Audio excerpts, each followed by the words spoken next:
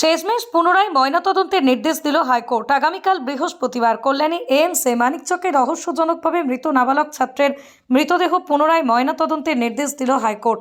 উচ্চ আদালতের এই নির্দেশকে নৈতিক জয় বলেই দাবি মৃত নাবালক ছাত্রের পরিবারের পক্ষে আইনজীবী অভিজিৎ মিশ্রের।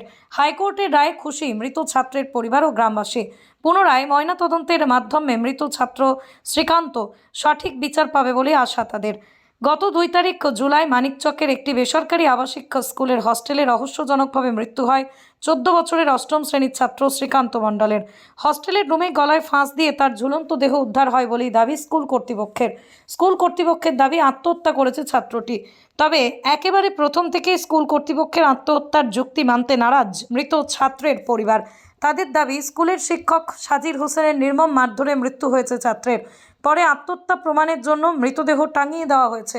সাজির হোসেনের বিরুদ্ধে মানিকচক থানায় লিখিত অভিযোগ দায়ের করেন মৃত ছাত্রের বাবা প্রেম কুমার মণ্ডল। ছাত্রের পরিবার সিদ্ধান্ত নেয় মৃতদেহ সংরক্ষণ করে রাখার। প্রথমেই কাঠের কফিনে বরফ দিয়ে পরে একটি বড় রেফ্রিজারেটরে মৃতদেহ সংরক্ষণ করে রাখে পরিবার।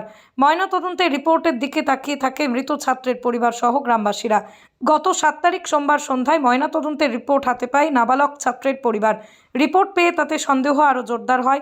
রিপোর্টে আত্মহত্যার কথা উল্লেখ থাকে। অভিযুক্ত শিক্ষকের মার ধরেই মৃত্যু হয়েছে শ্রীকান্তের বলে পুনরায় ময়নাতদন্তের দাবি জানায় ছাত্রের পরিবার সহ এলাকাবাসী। উচ্চ আদালতের দ্বারস্থ হয় মৃত ছাত্রের পরিবার। প্রেম কুমার মণ্ডল তার বাবা। গত শনিবার মামলা দায়ের করা হয়। বুধবার মৃত পরিবারের দাবিকে সহমত জানিয়ে পুনরায় ময়নাতদন্তের নির্দেশ দেয় হাইকোর্ট। কল্যাণী এইমস থেকে পুনরায় মৃত ছাত্রের মৃতদেহ ময়নাতদন্তের করানোর নির্দেশ দেয় উচ্চ আদালত। মৃত ছাত্রের পক্ষের আইনজীবী অভিজিৎ মিশ্র বলেন, এটা আমাদের নৈতিক জয়। বৃহস্পতিবার দুপুর 12টার মধ্যেই কল্যাণী এইমস থেকে পুনরায় ময়নাতদন্ত করা হবে। পুনরায় ময়নাতদন্তের ব্যবস্থার নির্দেশ দেওয়া হয়েছে মানিকচক থানার পুলিশকে।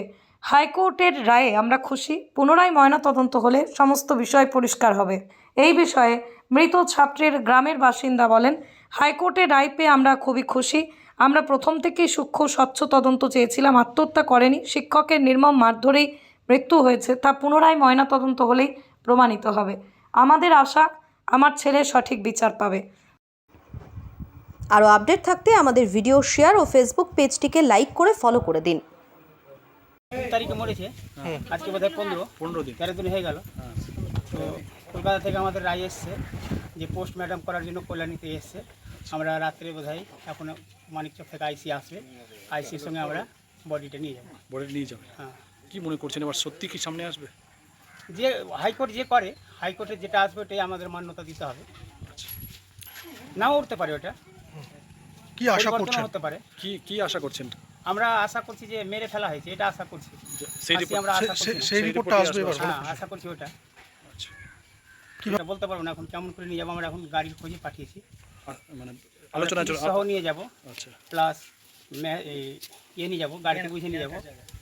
কালকে কটার মধ্যে পৌঁছাতে বলেছে? কালকে 12টার সময় পৌঁছাতে বলেছে, 12টা থেকে 12:30টার মধ্যে। আচ্ছা, 30 সহ নিয়ে যাবো। কদিন হলো আজকে? আজকে 13 দিন হলো। মারা যাওয়া কদিন হলো? 2 তারিখে মারা গেছে, আজকে 15 তারিখ। আজকে 17 তারিখ।